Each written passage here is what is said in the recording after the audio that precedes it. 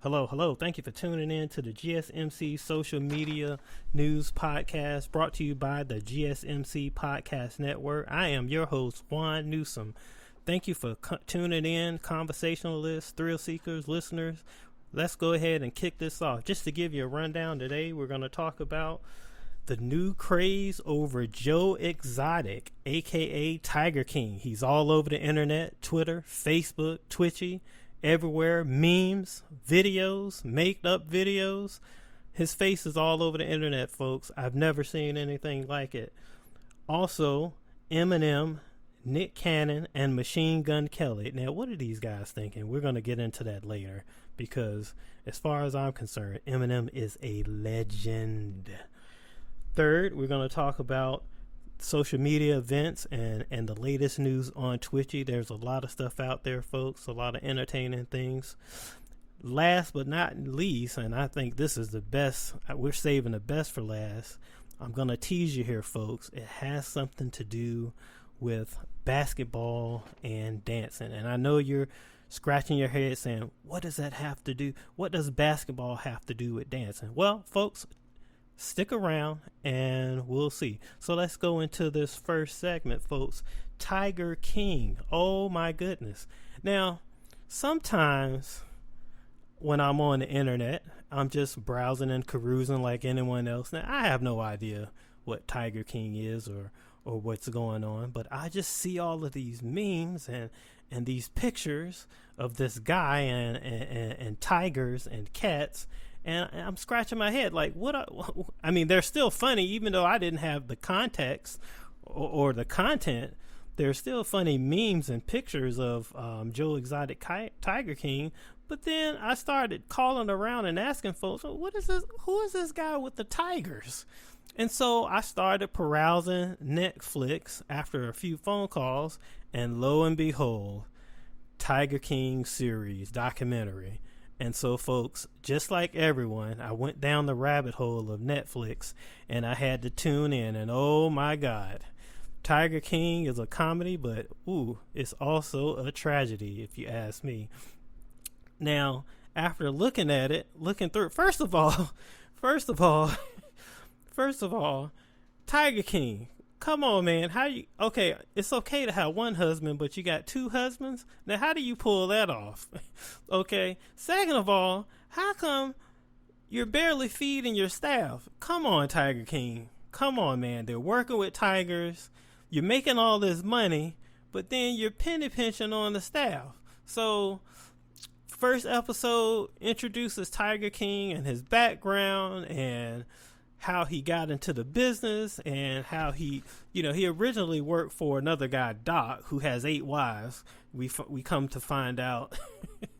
So, I mean, the whole thing is a real big mess. I mean, it's like a car crash. It's like an infinite car crash, but you just can't stop watching, folks. It's just so entertaining. Now, to be honest, I kind of feel bad. It doesn't end well for Tiger King in this. So I kind of feel bad for him because, he seems like a pretty likable guy overall. And, I can tell he does care about those animals. But, he makes a lot of enemies. And, when you find yourself in life making a lot of enemies, sometimes you end up in a corner with nowhere to go. And that's kind of where it ended. But if you look at some of the memes, go and look at Tiger. They even have a Tiger King meme maker now where you can do your own stuff. But they had one meme of Tiger King, and on Twitter they had a feed of Tiger King and him being the front man for the group Poison. He does kind of look like the guy. He really he really do. And okay, oh my God! And then they have this one picture of him in his blue shirt. This picture is being circulated, I think, more so than others of him hugging a tiger, hugging a grown tiger at that. On Twitter, they have the best of Tiger King. So there's a Twitter handle, or I guess a Twitter user group handle they have the best of the Tiger King series videos. Oh, that's pretty interesting. Oh, wow.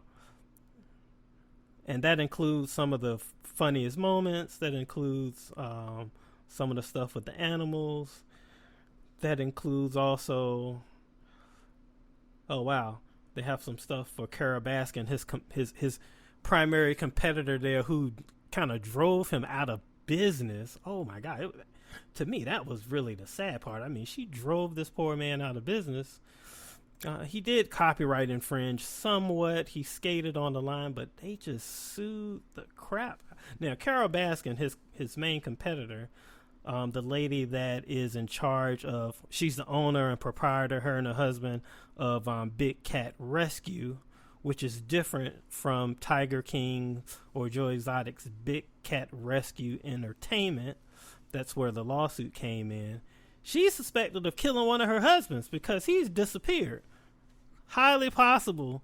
I mean, Carol Baskin sued Tiger King's mother because they transferred assets in her name and she almost lost the house. Oh my God, this story, it just goes on and on. I did finish the series, and if you like this sort of thing, folks, if you like what's on social media, you're gonna like the series, because the series, it's really good story.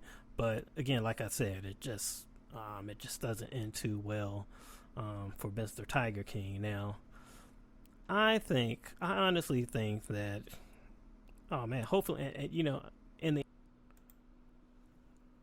the end, I think Tiger King is gonna work out. Currently, right now, he's serving a stint in prison, but who knows? Maybe he'll get out. I know his friend Jeff took over the zoo because he was kind of financially supporting him in the end before going to prison. But maybe you just never know. I can't believe it though. This guy did so much. I mean, he was so flamboyant, the two husbands and all. He ran for president in 2016 as an independent. He ran for governor of Oklahoma 2 years later as a libertarian. And this series, the Tiger King series on Netflix, a huge following. I mean, according to the Nielsen ratings, nearly 34.3 million people watched it over the first 10 days. So that just tells you right there, they're going to make, he's owed a huge, cash soon as he get out, even though he doesn't own all of the rights to the videos and so forth. In the series, they talk about that he had a partner, Rick Kirkham, who did all of the video shooting and so forth. But this guy's going to be owed a lot of money. In addition, it states that Joe Exotic, birth name Joe Maldonado, he is suing the federal government for wrongful imprisonment, and you never know, he may actually pull that off. But hopefully he gets out and we get to hear some more of the story. But right now, he's in prison, but even though he's in prison, his legacy lives on. I mean, I'm flipping now through Twitter. I mean, he is really the hot topic. And I'm sure he's hearing about it and seeing it in prison and thinking that he's thinking of ways to cash in once he get out. Hashtag Tiger King. Hashtag, you can do hashtag Tiger King and on Twitter, and it has pictures everywhere. Also, there's even some of the staff that are trending on the Twitter feed. This lady, Morgan Price, she said, "Oh my God, I just met Saf from Tiger King." That's the young lady who lost her arm while attending to one of the tigers. So, wow, this is the internet. Tiger King for the first few days broke the internet. Oh, another picture. Catch of the day has a picture of a cartoon picture of Tiger King. Joe Exotic again there. Tiger King jet ski guy's son. Oh my goodness.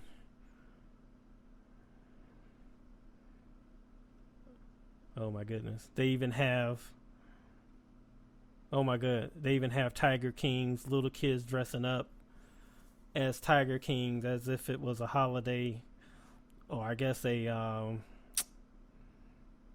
Halloween costume per se. They even have a picture of Nick Cage. Nicolas Cage is on. He has the earrings and all. I don't know if it was, Photoshop or whatever. It says Nick Cage on the only way 2020 can make sense of Nicolas Cage to give the universe the movie he's been auditioning for all his life, Tiger King. Then the world can heal and move on from this dark place. Please join him in this vision quest. That is absolutely hilarious. Oh, another poster of staff. My parents eating next to the guy from Tiger King. Oh wow. Yep. That's Jeff Lowe, the guy who took over the zoo. So wow. Tiger King is hot, man. It is hot. Let me go to Facebook. Let's go to Facebook, folks. Facebook has even more pictures, more so.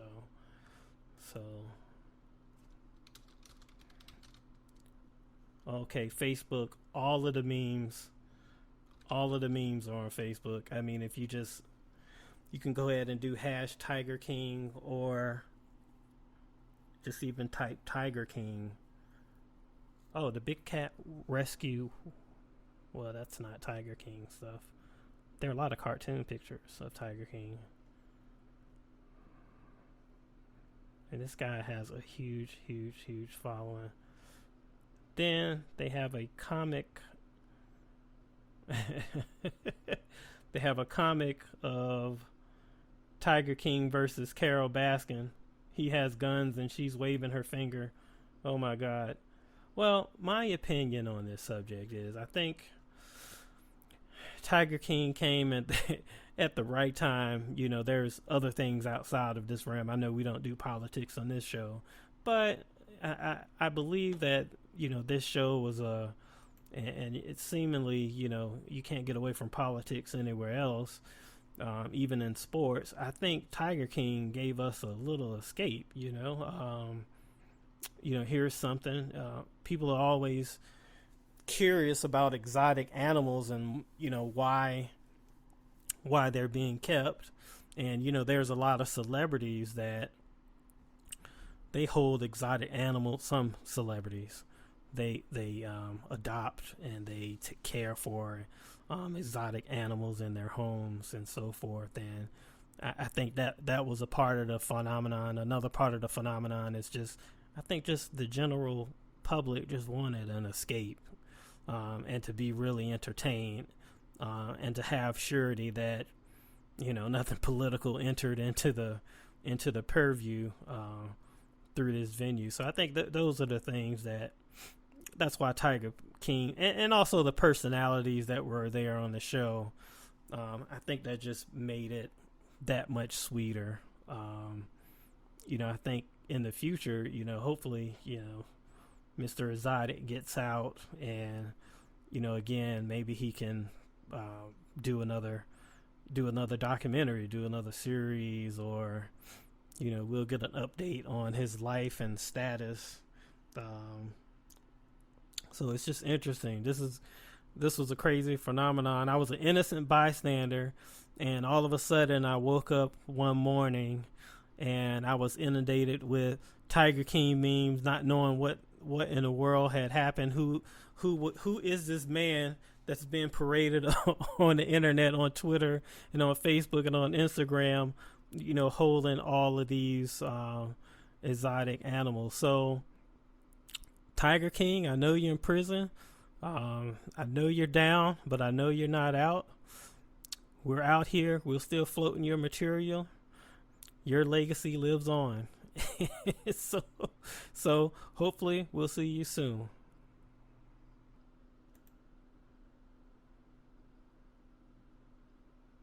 So we're back from the break. In our previous segment, we discussed Tiger King. And if you missed that, you can catch that on our iTunes or on the GSMC website, where we have our podcast embedded. So next subject, we're going to talk about these rap wars. This is something that I really don't understand. So I'm looking on Twitter. I had no idea this thing was going on. And I'm on social media all the time. Maybe it's because I have other interests. So apparently there's a three-way war. Really, there's a bilateral war going on between Eminem and Machine Gun Kelly. Also Eminem and Nick Cannon. So Machine Gun Kelly is tweeting about Eminem and his daughter and so forth. They're going back and forth on songs. First of all, Machine Gun Kelly, who in the heck are you?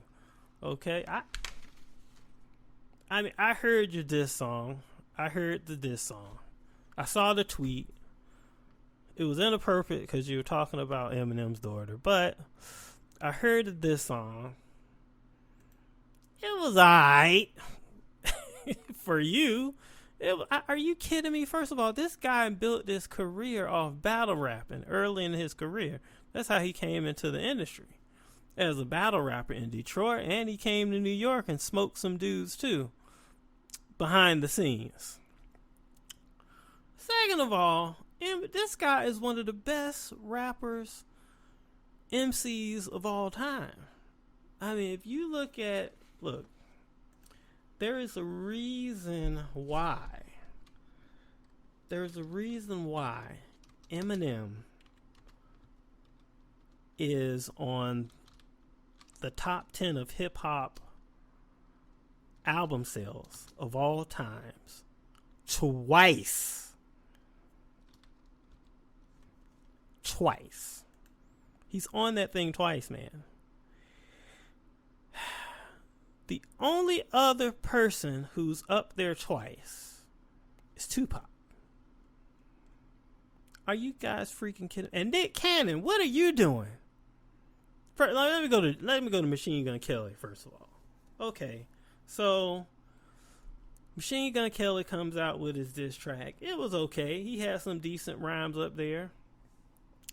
There's some stuff up there apparently Eminem didn't even know about. About him not being able to have access and trying to shelf his album and so forth. There's an interview up there with Eminem and Sway, and they went over some of the lyrics. And apparently Eminem had no idea this guy existed, which I could believe, because who in the world is this guy? Second of all, Eminem comes out with his diss track and just totally kills this guy. Social media is all over it. I mean, not just Facebook and Twitter, but also YouTube. There's a lot of reviewers on YouTube reviewing this diss war. So, okay, here you go. I'm on Twitter now. Username Yash. So let me get this straight. Revolt is mad about leaked verse, but when it comes to journalists or artists who constantly trash Eminem on their platform, it's cool. MGK signed to Diddy, Charlemagne, and Budden. Yeah, that's another one. Joe Budden. Just stop it. Stop it, Joe Budden. Okay? You had one or two popular songs. And the only reason why one of those songs made a lot of money is because it was on the Fast and Furious soundtrack. Let's stop it right there. Stop it right there. Okay, here we go. Did he really put MGK over Logic and G-Eazy? Well, at least he got Eminem right. Eminem be like, I know a spot that doesn't exist. MGK's career. Oh my goodness. That's Coochie's daddy. That's the user's name. I don't know where they get these names from. Mark. I still can't believe how good Kill Shot by Eminem really is. Imagine going for him seriously. Yes, and if you listen to that song Kill Shot by Eminem, he was not really going after him seriously, but he was still killing him. There's even reference to him building MGK up in order to shut his career down. So maybe he went a little light on MGK in order for him to respond again so that he can give him the ultimate kill shot. That's just my theory. I'm not sure. That's just a theory that I'm floating out there. So here it is. I still can't believe how good Kill Shot by Eminem really is. Imagine going for him seriously. MGK, silly boy, ain't heard nothing from him since that, apart from his movie role on Netflix. Okay, Chief Mrs. Watt. It's absolutely wild to me that people ever thought MGK was ever even close to being as good or better than Eminem. That's the whole thing. People diss Eminem. I don't see it. So I'm gonna tell you who did it. It's Machine Gun Kelly, Nick Cannon. For some reason, Lord Jamal from Brand Nubian, he has butt hurt too. I don't know what that's about. If the guy is talented, I think a lot of this stuff, they just, they discriminate because of his style, and, he's not really talking a lot of street stuff. Eminem's music is very introspective. He's talking about his thoughts, his feelings, his family, his life. Early in his career, he talked a lot about his wife and his mom, but then it's still relatable. It don't. Look, folks, I'm 40, okay? The history of rap, I've gotten to see it from almost the very beginning until where it's evolved to. Before, it was just New York. New York had all the rappers, right? Really. Then it kind of migrated over to LA, and you had Common in Chicago. He was a really popular rapper in the early ages. Maybe I would say the second generation of rap. I would count a lot of the guys that you would consider old heads second generation rapper. First generation is like, Sugar Hill Gang and Houdini and Kubo D and those cats. But then second generation, you're looking at your Redmans, and I mean you have your Redmans and your Wu-Tang Clans, and you have rap has evolved. It went from LA to the South. That's when you had Outkast, and from Outkast you had T.I. and Lil Flip and Ludacris and Chingy. And, I mean, it just, rap is one of those things that evolve. And people in Detroit have stuff to talk about, man. Detroit, you talking about Detroit in 1964, one of the highest capita incomes in the country in terms of, upper and middle class, and it's a very, very depressed area now. And so all those kids were doing in the 90s in Detroit, they were rapping. Or, if they weren't trying to do something positive, get an education, they were doing other things. But I could see how a white rapper from Detroit could make it, because there's a lot of pain there. And so these guys, Lord Jamal, Machine Gun Kelly, Nick Cannon, and you guys are whack. He calls Lord Jamal the weakest link in Brand Nubian, which, is somewhat true. Okay, here's another post. Good night to everyone except It's All About to Bees, because he prefers Eminem over MGK. Tasteless. Eminem, why is nobody...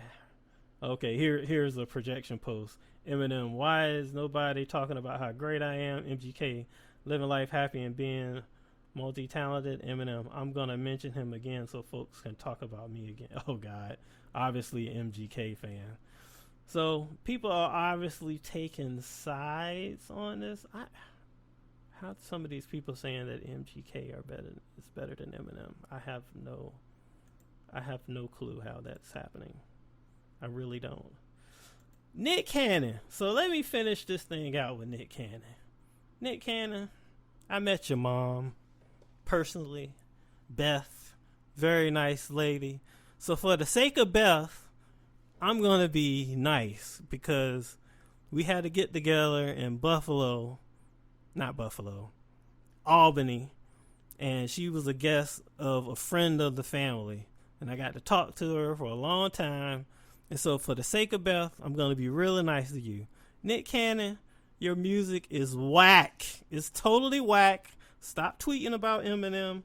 Stop sending diss tapes. Just stop it. Just stop it. Just end your rap career, okay? You had that one song, Gigolo, and the only thing that made that thing great was that R. Kelly produced it. But that's it. You were whack on that. So all of this Eminem stuff, come on, man. You talk about one of the greatest rappers, one of the greatest hip-hop artists who ever lived. And there's not a rapper alive today that would challenge him. And I know damn well you won't challenge him. You couldn't hold his jockstrap in a suitcase, basically. So please cut it out. Cut it out. And Lord Jamal, look, man, you had your time. Okay? You really did. I like Brand Nubian, one of my favorite rap groups of all time. You guys are hardcore. If I had to look up pure hip hop in the dictionary, your picture would be right next to it. But come on, man, just stop it with the hate, brother. Give credit where credit is due. You go on Vlad and trash this dude all the time. Come on, man. You're just building him up anyway. I mean, he don't even really need building up. He's nobody's gonna challenge this guy. Nobody wants a piece of this guy in a battle. It's just not gonna happen. That includes you guys. And Machine Gun Kelly, just chill, man. Just build your own career. You don't have to cut the head off of anyone to build your own career. You can rap. I've listened to your stuff. You're very good. You just need some material, really. Find something to talk about. You don't have to be on Twitter all day long dissing Eminem, talking about his daughter. I mean, that's just really inappropriate. So, come on, guys. And Eminem, look, man, from you to me, brother, keep on doing what you're doing. Don't let these haters fade you. Kamikaze was one of my favorite albums of all time. I'm not just saying this as a fan of yours. I'm saying this because it's just good stuff, you know? And some of these kids, they don't really appreciate good hip hop nowadays. Now, okay, I'm on Twitter again. Oh my goodness. It's not. You got to go and listen to that Sway interview, guys. The Sway interview, it captures everything. Oh, here it is. Oh, Eminem is the Sherlock Holmes of rap. Your friendly reminder that Eminem murdered MGK. Love them both, though. Pav. That's cool. That's what's up. Does anyone... Quentin would drop kick himself. That's the name. That's his handle. Does anyone else remember the MGK and Eminem diss track thing that felt like a fever dream? That is hilarious.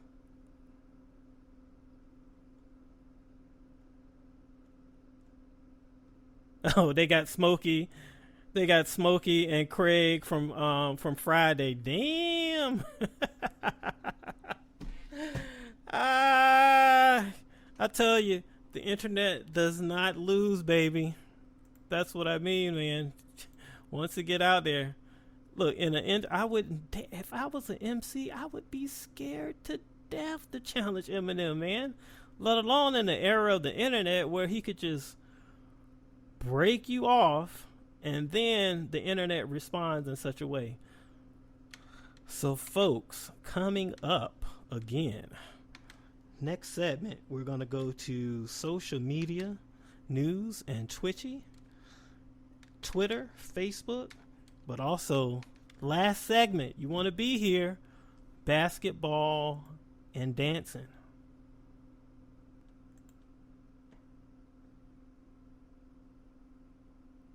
Welcome back for our third segment. We're going to go to the latest on social media. If you missed our first two segments, first segment, we talked about Tiger King, a.k.a. Joe Exotic, the phenomenon, to me, one of the biggest phenomenons on the internet ever. Second segment, we talked about the rap wars between Eminem, Machine Gun Kelly, and Nick Cannon, which to me isn't really a war because Eminem outgunned both of those chumps. And now we're going into the latest of social media, but I want to let you know our last segment, we say the best for last, basketball and dancing, folks. You're not going to want to miss this. So keep that thing tuned on, keep it live, keep it hot. We're going to go in now. So here we go. So latest in social media news, my favorite is entertainment and media. Okay. Apparently, the creators of The Simpsons say white voice actors will no longer voice people of color, just yellow ones. Okay, I don't get that. I guess they do have the character Abu there who owns the convenience store. So here it is. I'm going to just read a quick excerpt. In a sense, The Simpsons had been through this before after a documentary that no one saw Vince voice Zara to step aside from voicing Indian American character Apu. Now we have Kristen Bell apologizing, saying she'll no longer voice a mixed race character on Netflix Central Park, and Mike Henry, who has been the voice of Cleveland Brown on Family Guy, the Cleveland show for 20 years, says he'll step aside to make room for a person of color to take over the role.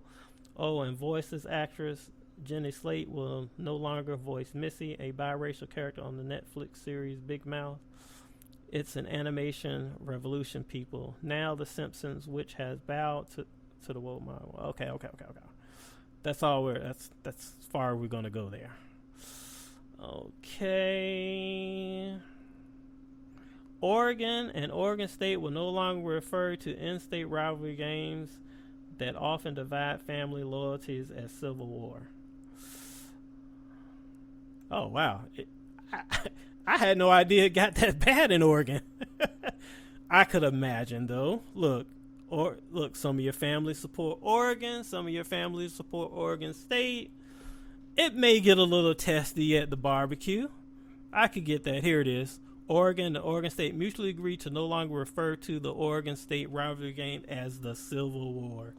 Okay, I can see how that... Hey, look. I can see how that can happen. Michigan State. Hey, it's not just them. There are other teams, but... Well, you got... Where I'm from Virginia, so there was UVA, Virginia Tech. That was kind of a battle. Or below us, we would travel down to North Carolina. The North Carolina State UNC game, they would get pretty testy no matter what the sport was. So I can kind of relate to that. All right. Rest in peace, Splash Mountain. Oh, no. What happened to Splash Mountain, man? Disney's Splash Mountain, based on the 1946 film Song of the South, will be completely reimagined with scenes from more... Okay. So they're going PC. That's fine. They're gonna do a redo. They're gonna do it over. That's perfectly fine. That's fine. They're gonna remodel it. I thought they were gonna just take it away. Okay. All right. Entertainment news, cartoons. So if you go to Twitchy Cartoons now, there's... Oh, goodness gracious. Mom, Dad, oh, why did they go so political? Okay, we can't do this. We're not a political show, okay? We're not doing this. Media. Let me go media. Okay.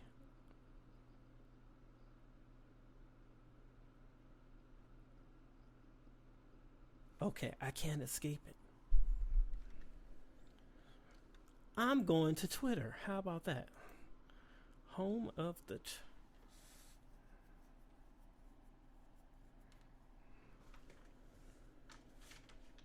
Oh, wow. Huffington Post.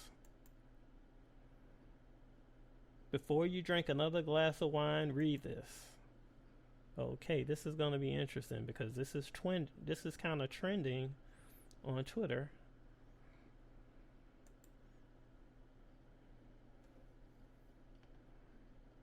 A lot of retweets. 1.8 thousand, 7,000 likes. Why this at-home wine tasting experience is giving us life. Okay, I'm not going to read the whole article, but I can kind of give you an idea.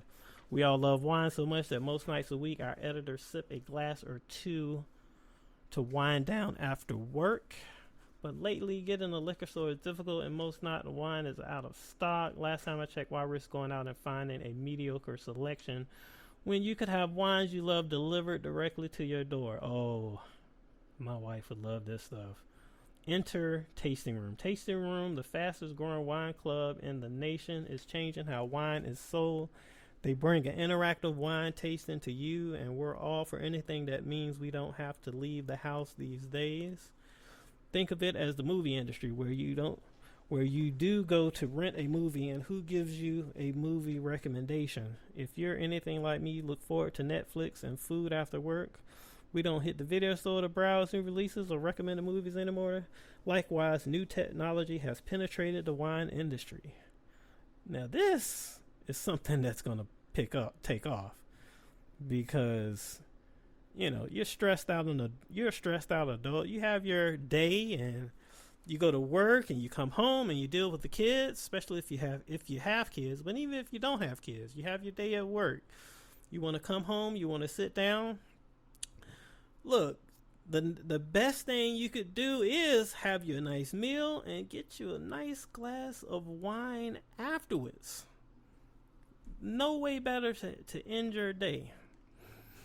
So, wow. This is brilliant, actually. Let me hide this before my wife gets here. Let's see here.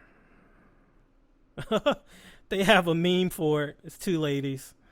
How much do you spend on a bottle of wine? I would guess about half an hour.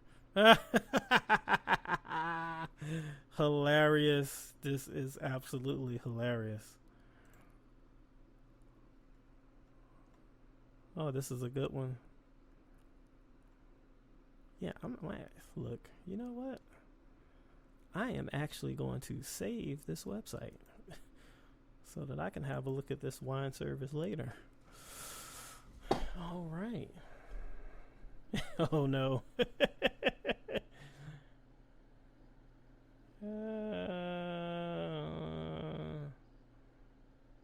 Okay. Anything endorsed by the Huffington Post is something I most definitely will support. Oh, wow. Nice. A lot of good responses to this. Some negative responses. I don't know why. I mean, look, wine is universal. I mean, the Huff Post can be political. They have an opinion section, but they also have other sections. So I don't see how wine can be political. Wine clubs are pretty cool. I've dabbled a little. Okay. All right. What else is trending? What else is trending? What's happening? All right. Let me go. I'm here, folks. I'm gonna try to get you more stuff. Ooh, Doom Patrol. Okay. Season 2, Doom Patrol is coming out. And you can see it on HBO Max. Oh, nice. Okay. I'm going to check it out. Season 1 was great.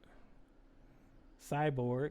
I think a lot of people check that out for Victor Stone. Cyborg, probably the most major character. Of course, Cyborg was a Justice League member as well. So, for those of you that don't know, I am a comic head, anime head, and that looks pretty cool, actually. What else is trending? I'm a Twitter guy, man. It's so. I love Facebook though, but man, I like Twitter. I like the way that when you see the way that things, the algorithms and how the trending is displayed there. They have a very good display. Oh, it's Elon Musk's birthday. I like Elon. That dude he is Tony Stark, though. I'm telling you, that guy is hilarious. Oh, a lot of birthday wishes. If you're on Twitter and you scroll all the way down in the trending section, and it has Elon Musk, and his birthday is there. Okay. What else? Other things. For some reason, The Exorcist is trending. Oh, God. It's funny. I saw The Exorcist trending and I thought Linda Blair was getting canceled for playing Possessed Girl instead of actual Possessed Girl getting the role. Oh my God, that is hilarious and so not PC. Happy birthday to the legendary Dick Smith, who did the iconic makeup effects for The Hunger, Scanners, Alter State, Starman, Sweet Home, The Exorcist, Ghost Story, Monsters, and many others. John BB22, The Exorcist. To this day, I still find it to be the scariest film ever made. Yes, definitely. I saw this movie with my sister Cynthia, God rest her soul. She was just one of those scary movie people. She just could take it. She could sit there and take it all day, like without blinking, eating. So don't see how she did that all the time, but she did it. She's just a scary movie buff. So if anything, I missed that about her. What movie traumatized you as a kid? Me, Jaws, and then The Exorcist. And Pandy. I'm not going to put a whole handle up here. The Exorcist. Thanks to Uncle Adam for thinking this was an appropriate movie for a 7-year-old to watch while you babysat me. That is absolutely hilarious. Sorry, folks. I'm laughing because, I just remember seeing it, so...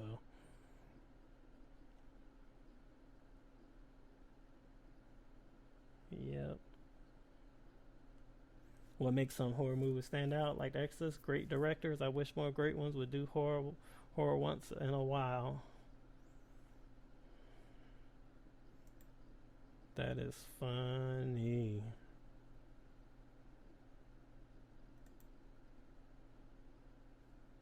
That is funny. What else is trending, folks? Let me see what else. Before this segment ends, Mel Brooks. What about Mel Brooks? He's trending. Yeah. Oh, it's his birthday as well. So Elon Musk and Mel Brooks, born on the same day. You're in good company. If you have a birthday today, and if you do have a birthday today, we want to wish you a happy birthday. Folks, coming up next, we have our last segment. And as I've been teasing, it has something to do with basketball and dancing. Please stay tuned.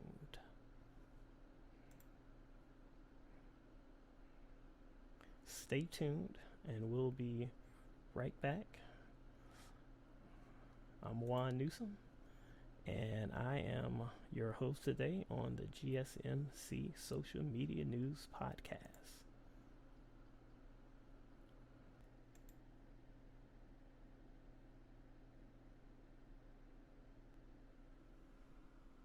Now, thank you, folks. This is Juan Newsom, and I am back.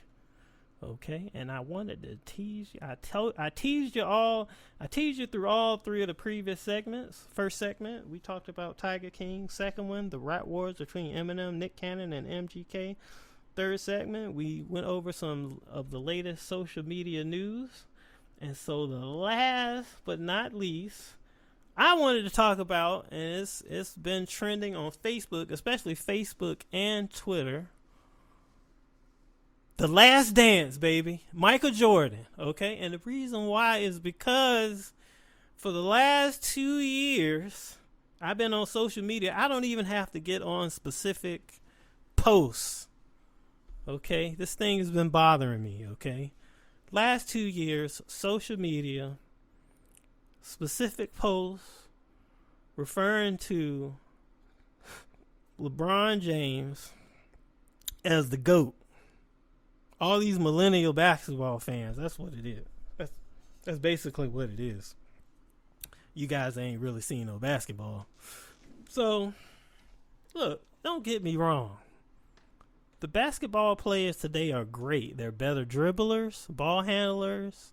They shoot better overall, generally. But you got to understand, the defense is weaker.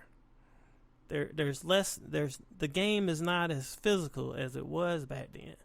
Jordan used to get murdered going into the hole, man. Especially by the Pistons. The bad boy Pistons? Are you kidding me? So, I wanted to talk about The Last Dance because I lived through that era. And I just happen to know a lot about it. The last 3 seasons, I probably saw every one of those Bulls games. That last three-peat, I saw every one of those games, just about, because WGN, I lived in Virginia at the time. WGN was one of the major networks that we had, one of the major sports networks that we had on the cable package on Cox Cable, and I saw every Bulls game, pretty much. So I know a lot about it, and I even saw some of those games in person. I got to travel either to when they played the Bullets at the time, the Washington Bullets, which are now the Washington Wizards, and I got to play and saw Michael Jordan in one game in Chicago. So let me tell you something now.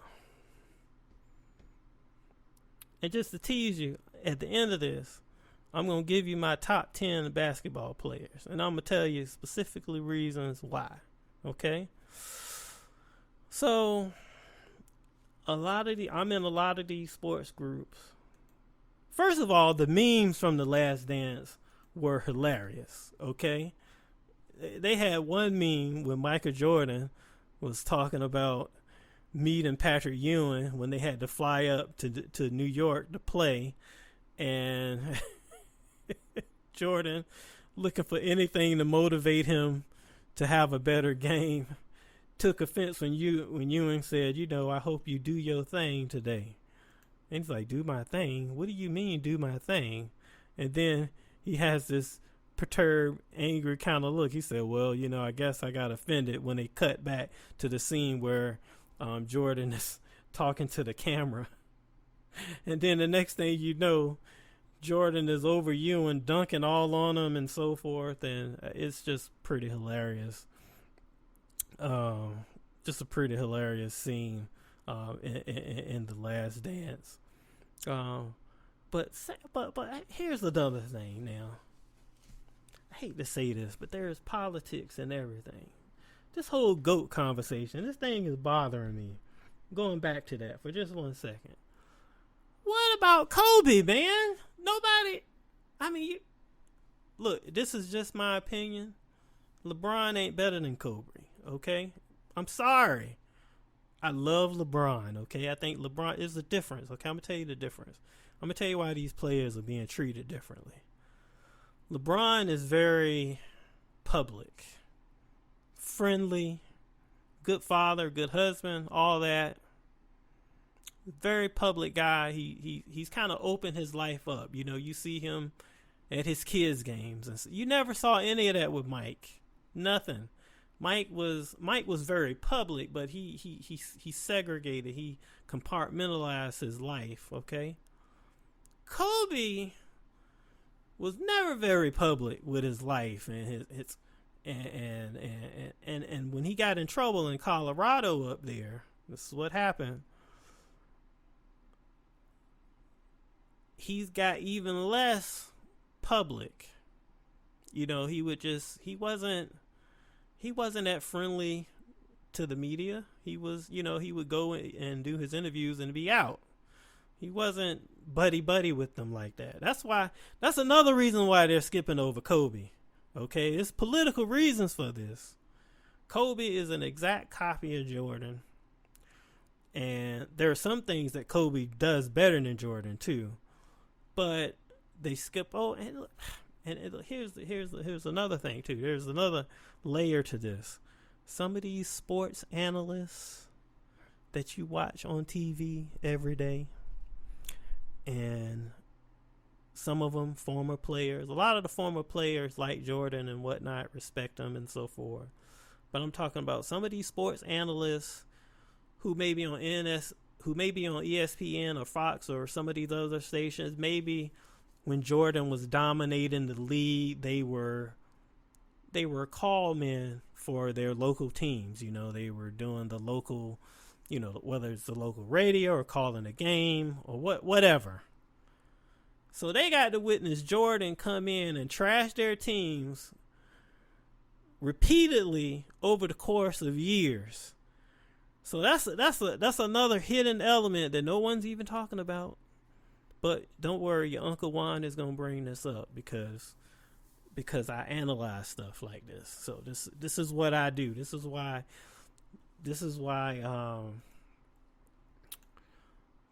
they pay me what they pay me over here, okay? So your Uncle Juan is telling you that look at Shannon Sharpe. Shannon Sharpe has gone crazy out his doggone mind talking about LeBron is the GOAT when the numbers don't add up.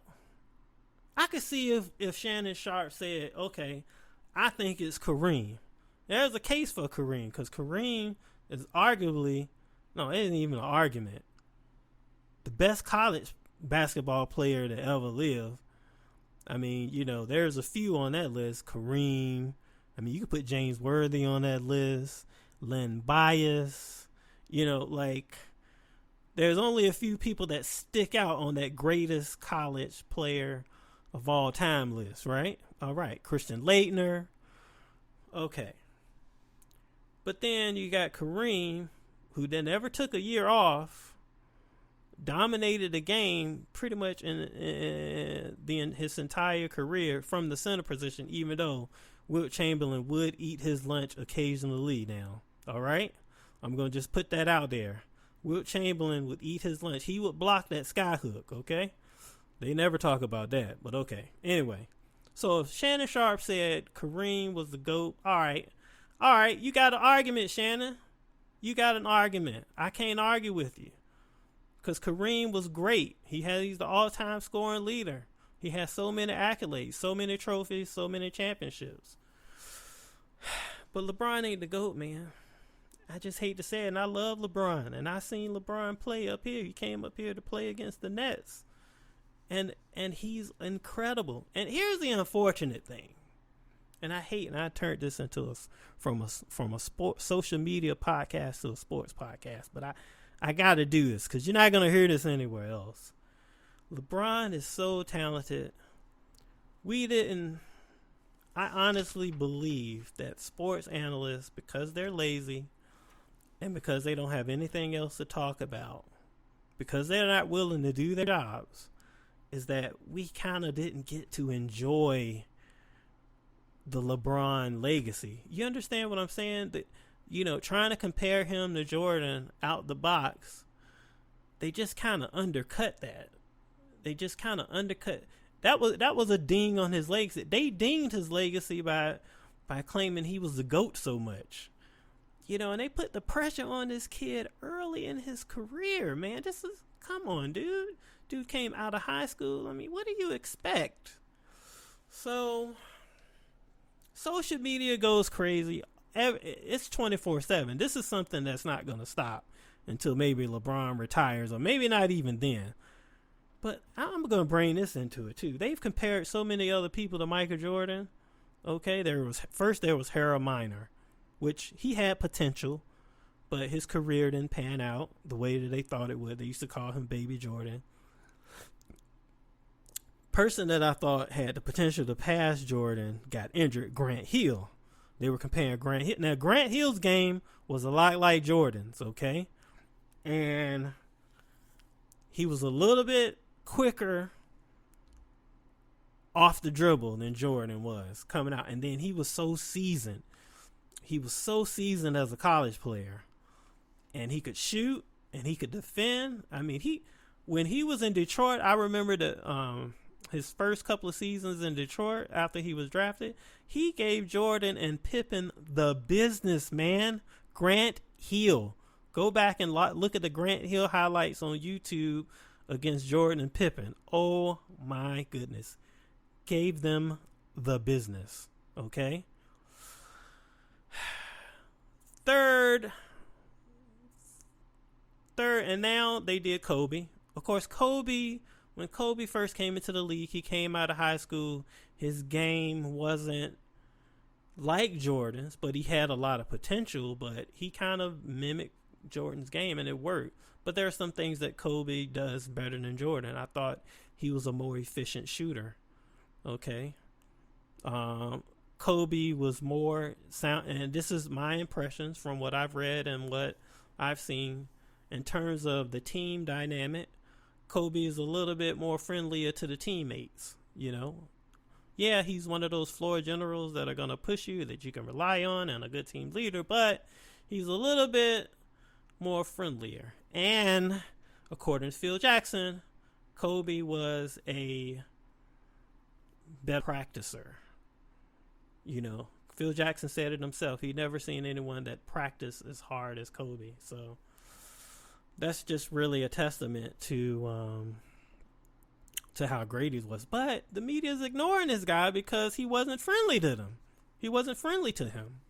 So I don't know, folks. I mean, you go to any basketball sports group on Facebook and Twitter. Go to Shannon Sharp's Facebook page and go to Shannon Sharp's Twitter and some of the videos where he's got a goat. This dude is crazy. He's literally has a goat head on with the Lakers jersey, and he's calling LeBron Goat James. Come on, man. Come on, Shannon. What happened, man? Did Jordan not give you an autograph or something? Is that what happened? Did he not give you an autograph? Did he not? What's all of this Jordan? Where is this Jordan hate coming from, Shannon? Come on, man. Come on, man. You're killing me.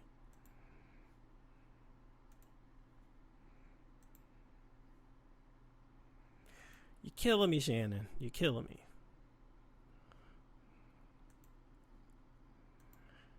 You gotta give credit where credit. So my top 10, it's gonna be brief. First, Michael Jordan, of course, greatest basketball player of all time, greatest ability of all time. Put money into the league. There was no money in the NBA until Jordan got there. There was no sneaker endorsements. The NBA had grown globally. Second, Kobe. That's all I'm gonna say. Kareem third. Okay. LeBron James, I'm going to put him at number 4. All right. Then I'm going to put Magic Johnson. Then I'm going to put Larry Bird.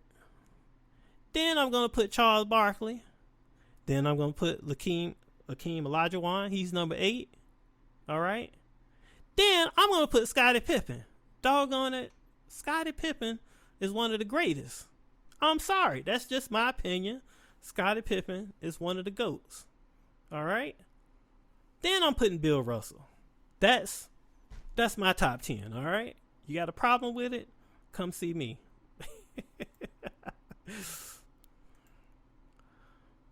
Okay, folks, I just want to thank you for listening to that. Thank you for listening to the GSMC Social Media news podcast brought to you by the GSMC network. I would like to ask you to please remember to subscribe to the show.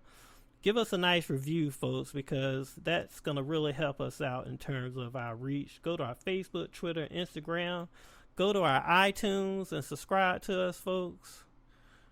We just want to thank you, folks, for being into us, and tune in next time. I'm Juan Newsom, and I'll be back right at you.